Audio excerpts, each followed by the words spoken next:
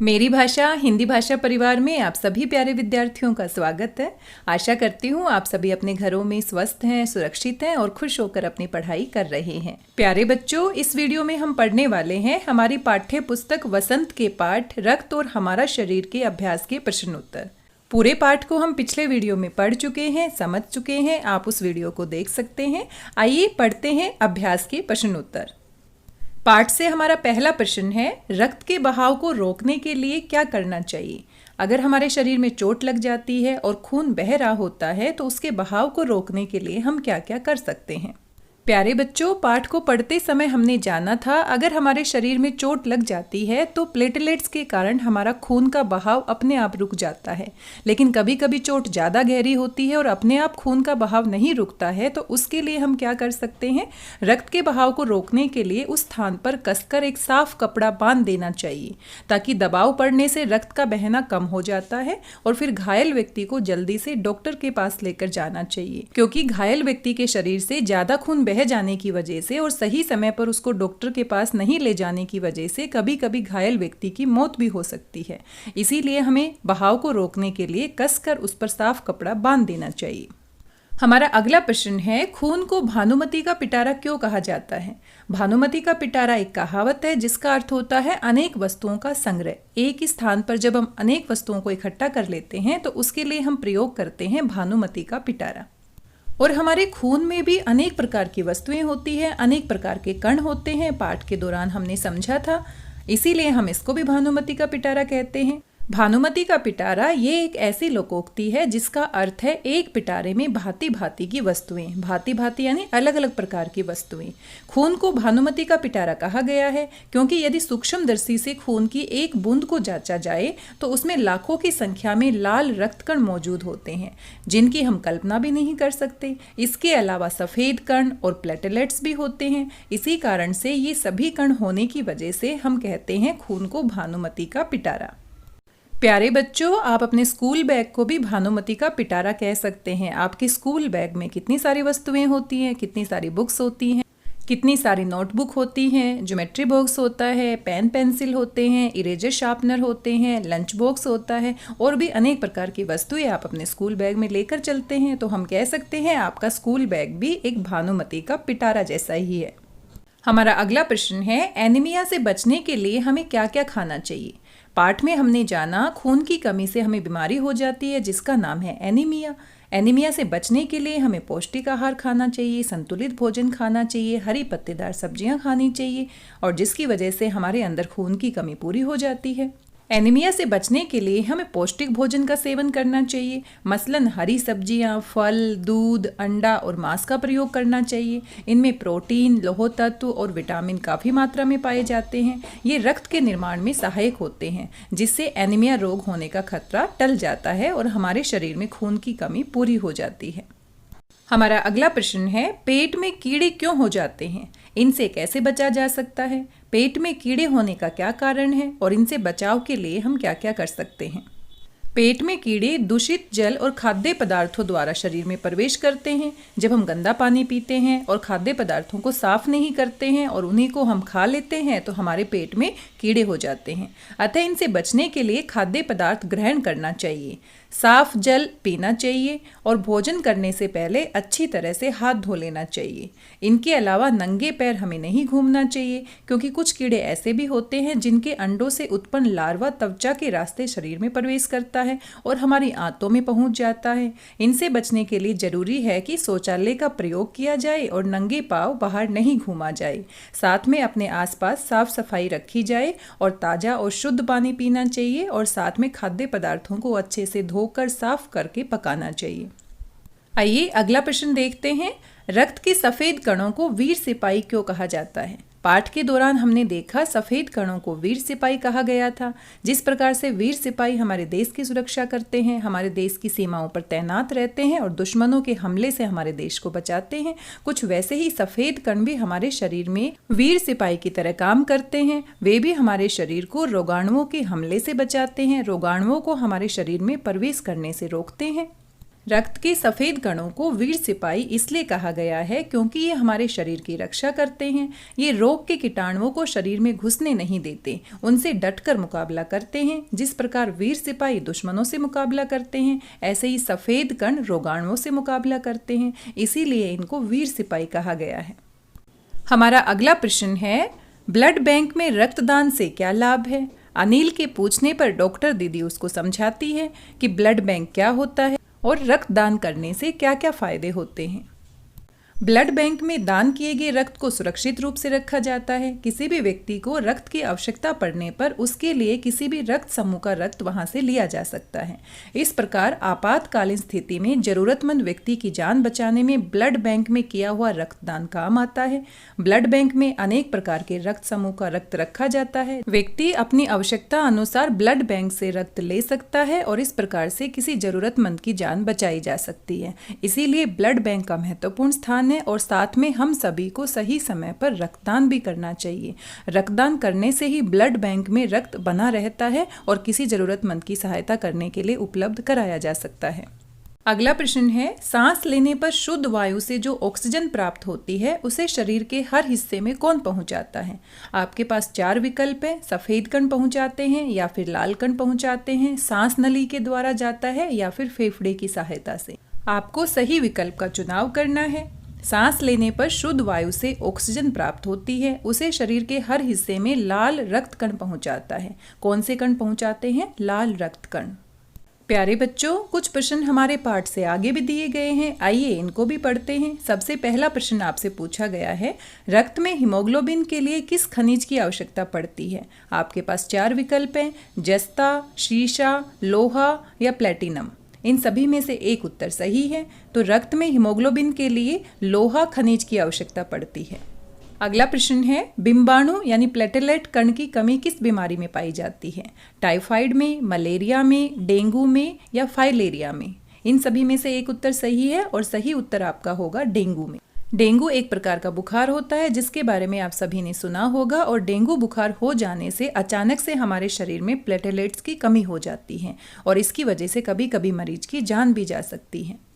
आइए आगे बढ़ते हैं। भाषा की बात। भाषा की बात से आपसे पूछा गया है, 4 महीने के होते होते ये नष्ट हो जाते हैं। इस वाक्य को ध्यान से पढ़िए। इस वाक्य में होते होते के प्रयोग से ये बताया गया है कि 4 महीने से पूर्व के ये नष्ट हो जाते हैं। इस तरह के 5 वाक्य बनाइए जिनमें इन शब्दों का प्रयोग हो। आपके पास कुछ शब्द दिए गए हैं और आपने इन्हीं शब्दों का प्रयोग करके कुछ वाक्य भी बनाने हैं। बनते बनते, पहुँचते पहुँचते, लेते लेते, करते करते। इस प्रकार से आप वाक्य बना सकते हैं। बनते बनते, मेरा काम बनते बनते बिगड़ गया। पहुँचते पहुँचते, स्टेशन पहुँचते पहुँचते ट्रेन छूट गई। लेते लेते, मैं कार लेते लेते रह गया। करते करते, वह होमवर्क करते करते थक गया। इस तरह से आप भी अपने वाक्य बना सकते हैं इन्हीं शब्दों का प्रयोग करके, ताकि उसका अर्थ इसी प्रकार से निकले। ख भाग में आपसे पूछा गया है, इन प्रयोगों को पढ़िए। सड़क के किनारे किनारे पेड़ लगे हैं, आज दूर दूर तक वर्षा होगी। इन वाक्यों में होते होते की तरह किनारे किनारे और दूर दूर शब्द दोहराए गए हैं, पर हर वाक्य में भिन्न अर्थ है। किनारे किनारे का अर्थ है किनारे से लगा हुआ, और दूर दूर का बहुत दूर तक।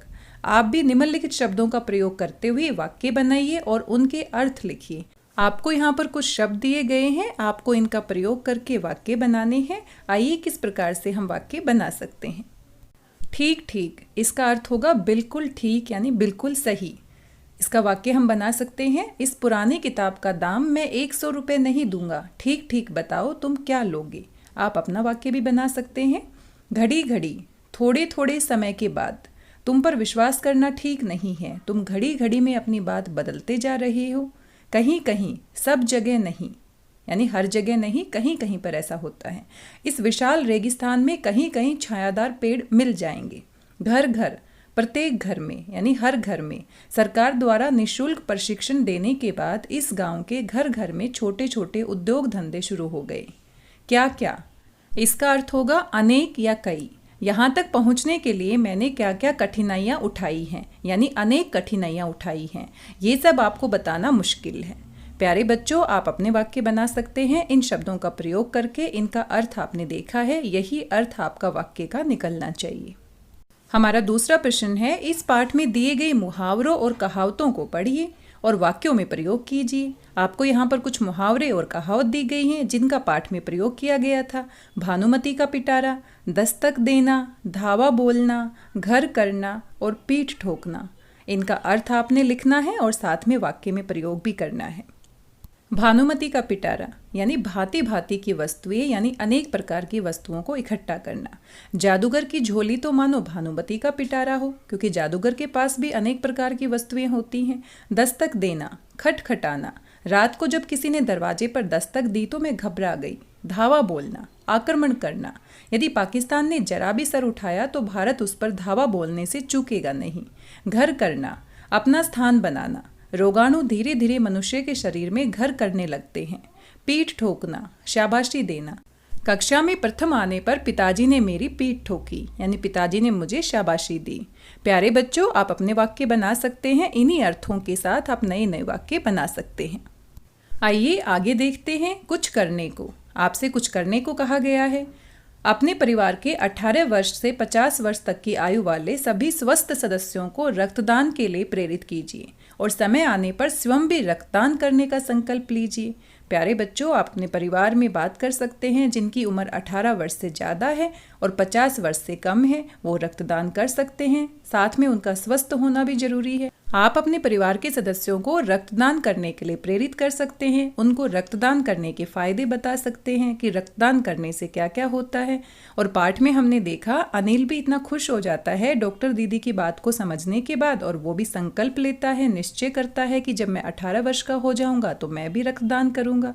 तो प्यारे बच्चों, जब आप 18 वर्ष के हो जाएंगे, स्वस्थ रहेंगे, तो आप भी आगे चल के भविष्य में रक्तदान कर सकते हैं। और रक्तदान को हम सबसे बड़ा दान कह सकते हैं, क्योंकि रक्तदान करने से हम किसी व्यक्ति की जान बचाते हैं। तो प्यारे बच्चों, बड़े होकर आप सभी संकल्प ले सकते हैं कि आप सभी भी रक्तदान करेंगे। दूसरा प्रश्न है, शरीर रचना का चित्र देखकर उसमें रक्त संचार क्रिया को ठीक ठीक समझिए। इस प्रश्न के उत्तर के लिए आप अपने साइंस के टीचर की हेल्प ले सकते हैं। शरीर रचना का जो चित्र है उसमें किस तरह से जो हमारा खून है वो शरीर के हर हिस्से में पहुंचता है, रक्त संचार कैसे होता है, उसके बारे में आप जान सकते हैं। तीसरा प्रश्न है, नीचे दिए गए प्रश्नों के बारे में जानकारी एकत्र कीजिए। एकत्र करना यानी इकट्ठा करना। सबसे पहले आपसे पूछा गया है ब्लू बेबी क्या है। रक्त के जमाव की क्रिया में बिंबाणु यानी प्लेटलेट का क्या कार्य है। रक्तदान के लिए कम से कम कितनी उम्र होनी चाहिए। कितने समय बाद दोबारा रक्तदान किया जा सकता है। क्या स्त्री का रक्त पुरुष को चढ़ाया जा सकता है। इन सभी प्रश्नों के बारे में सोचिए और जानकारी इकट्ठी कीजिए। ब्लू बेबी को ब्लू बेबी सिंड्रोम भी कहा जाता है। इसका प्रयोग नवजात शिशु की उस दशा के लिए किया जाता है जब उसके शरीर का रंग नीला पड़ जाता है। शिशु के शरीर का रंग नीला पड़ने का कारण यह भी होता है कि उसका हृदय असामान्य रूप से कार्य करता है। नवजात शिशु का अगर हृदय कमजोर हो तो उसे पर्याप्त रूप में ऑक्सीजन नहीं मिल पाता है। धीरे धीरे उसका शरीर पीला होने लगता है, क्योंकि ऑक्सीजन की कमी से खून सही रूप से पूरे शरीर में प्रवाहित नहीं होता है, और इसी को हम क्या कहते हैं, ब्लू बेबी कहते हैं। दूसरे प्रश्न का उत्तर है, रक्त जमाव की क्रिया में बिंबाणु की प्रमुख भूमिका होती है। जब कोई चोट लग जाए या शरीर के किसी अंग में जख्म हो जाए तो रक्त के तरल भाग प्लाज्मा में एक विशेष किस्म की प्रोटीन होती है जो रक्त वाहिका की कटी फटी दीवार में जाला बुन देती है। बिंबाणु इस जाले से चिपक जाते हैं और इस तरह दीवार में आई दरार भर जाती है, जिससे कि रक्त का बहाव बंद हो जाता है। इस प्रकार रक्त के बहाव को रोकने में बिंबाणु यानी प्लेटलेट्स की महत्वपूर्ण भूमिका होती है। अगर हमारे शरीर में प्लेटलेट्स की मात्रा सही होती है तो कोई भी चोट लगने पर हमारा खून अपने आप ही बंद हो जाता है। चोट अगर ज़्यादा गहरी होती है तो हमें डॉक्टर की सहायता लेनी पड़ती है। छोटी चोट के लिए हमारा जो खून का बहाव है वो अपने आप ही रुक जाता है, क्योंकि प्लेटलेट्स या बिंबाणु इस बहाव को रोक देते हैं। ग भाग का उत्तर होगा, रक्तदान के लिए कम से कम कितनी आयु होनी चाहिए। रक्तदान करने के लिए कम से कम आयु सीमा 18 वर्ष होनी चाहिए। 18 वर्ष से पहले कोई भी व्यक्ति रक्तदान नहीं कर सकता है। 18 वर्ष के बाद और 50 साल के बीच में व्यक्ति अच्छे से स्वस्थ होने पर रक्तदान कर सकता है। घ भाग का उत्तर है, 6 महीने बाद दोबारा रक्तदान किया जा सकता है। अगर किसी व्यक्ति ने आज रक्तदान किया है तो 6 महीने के बाद वो दोबारा से रक्तदान कर सकता है। और अगला प्रश्न हमसे पूछा गया था, क्या स्त्री का रक्त पुरुष को चढ़ाया जा सकता है? हाँ, स्त्री का रक्त पुरुष को चढ़ाया जा सकता है, क्योंकि रक्त चढ़ाते समय हम स्त्री या पुरुष को नहीं देखते बल्कि रक्त समूह को देखते हैं। अगर स्त्री और पुरुष का रक्त समूह एक जैसा है तो हम स्त्री के रक्त को पुरुष के रक्त समूह से मिलाकर उसको चढ़ा सकते हैं। प्यारे बच्चों, ब्लड ग्रुप यानी रक्त समूह मुख्य रूप से 4 प्रकार के होते हैं, O, B, A, AB। इनको आगे हम और 4 भागों में बांटते हैं। O के भी 2 प्रकार होते हैं, O positive, O negative, A positive, A negative, B positive, B negative, AB positive और AB नेगेटिव। ब्लड ग्रुप यानी रक्त समूह के बारे में ज़्यादा जानकारी के लिए आप अपने साइंस के अध्यापक से बात कर सकते हैं और साथ में आसपास डॉक्टर से भी आप मिल सकते हैं। वे आपको रक्त समूह के बारे में और महत्वपूर्ण जानकारी बता सकते हैं और इस प्रकार से आपकी जो जानकारी है वो और अधिक बढ़ सकती है। हमारा अंतिम प्रश्न है, शरीर के किसी अंग में अचानक रक्त संचार रुक जाने से क्या क्या परिस्थितियां उत्पन्न हो सकती हैं? अगर शरीर के किसी अंग में अचानक से ब्लड सर्कुलेशन, रक्त संचार रुक जाता है तो क्या क्या हानियां हो सकती हैं? शरीर के किसी अंग में अचानक रक्त संचार बंद हो जाए तो मनुष्य का वह अंग सही रूप से काम करना बंद कर देता है। कई बार इतनी गंभीर समस्या पैदा हो जाती है कि जिस स्थान में रक्त संचार नहीं होता वहां के रुके हुए खून में जहर फैल जाता है और उस अंग को काटने तक की नौबत भी आ सकती है। इसलिए हमारे शरीर में रक्त संचार का सुचारू रूप से होना बहुत आवश्यक है। अगर रक्त संचार में कहीं पर भी कोई गड़बड़ हो जाती है तो उसके खतरनाक परिणाम हमारे सामने आ सकते हैं। शरीर के जिस अंग का रक्त संचार रुक जाता है वह काम करना बंद कर देता है और कभी कभी मनुष्य को पैरालिसिस भी हो जाता है। वह शरीर का अंग बिल्कुल ही काम करना बंद कर देता है। प्यारे बच्चों, आज के इस वीडियो में हमने रक्त और हमारा शरीर पाठ के सभी अभ्यास के प्रश्न उत्तर पर चर्चा की है। आशा करती हूँ आपको प्रश्न उत्तर समझ में आए होंगे, साथ में पाठ भी आपको पसंद आया होगा। वीडियो आपको कैसा लगा अपना फीडबैक जरूर दीजिएगा। साथ ही अंत में आपसे कुछ सवाल पूछे जा रहे हैं जो कि हमारे पाठ से हैं और मैं आशा करती हूँ पाठ आपको बहुत अच्छे से समझ में आ गया है। तो सभी प्रश्नों के उत्तर आप बड़ी आसानी से दे सकते हैं। प्रश्नों के उत्तर आप मुझे मैसेज करके बता सकते हैं। मुझे आपके उत्तरों का इंतजार रहेगा। आपके लिए पहला प्रश्न है, इस पाठ के लेखक कौन है? 4 विकल्प आपके पास है, आपको सही उत्तर बताना है। दिव्या को क्या महसूस होता है? भूख में कमी, याददाश्त की कमी, थकान या बेचैनी? सही उत्तर आपको बताना है। आपसे अगला प्रश्न है, दिव्या अनिल के साथ अस्पताल क्यों गई? भूख न लगने से, थकान महसूस होने से, काम में मन नहीं लगने से या इन सभी कारणों से? दिव्या के शरीर के किस अंग से रक्त लिया गया? बाजू से, उंगली से, पैर से या हथेली से? अगला प्रश्न है, एनीमिया क्या है? आंखों की बीमारी, पेट की बीमारी, रक्त की कमी से होने वाली बीमारी, रक्त की अधिकता से होने वाली बीमारी? आपको सही उत्तर देना है। पेट में पाए जाने वाले कीड़े किस बीमारी का कारण बनते हैं? दमा, क्षय रोग, रतौंधी या एनीमिया? अगला प्रश्न है, डॉक्टर स्लाइड की जांच किस यंत्र द्वारा कर रही थी? दूरदर्शी द्वारा, सूक्ष्मदर्शी द्वारा, दूरबीन द्वारा या उपयुक्त सभी द्वारा? लाल कणों का जीवन काल कितना होता है? 2 महीने का, 4 महीने का, 6 महीने का या 1 साल का? प्यारे बच्चों, मुझे लगता है सभी प्रश्नों के उत्तर आपको अच्छे से पता है। आप मैसेज करके मुझे बता सकते हैं और मुझे इंतजार रहेगा आप किस तरह से मैसेज करते हैं और कितने सही सवालों के उत्तर देते हैं। आज के इस वीडियो में बस इतना ही। आशा करती हूँ आपको वीडियो पसंद आया होगा। मिलते हैं अगले वीडियो में एक नए पाठ के साथ। तब तक स्वस्थ रहिए, व्यस्त रहिए, मस्त रहिए और खुश होकर पढ़ते रहिए। मेरी भाषा हिंदी भाषा परिवार से जुड़ने के लिए आप सभी प्यारे बच्चों का धन्यवाद, बहुत बहुत धन्यवाद।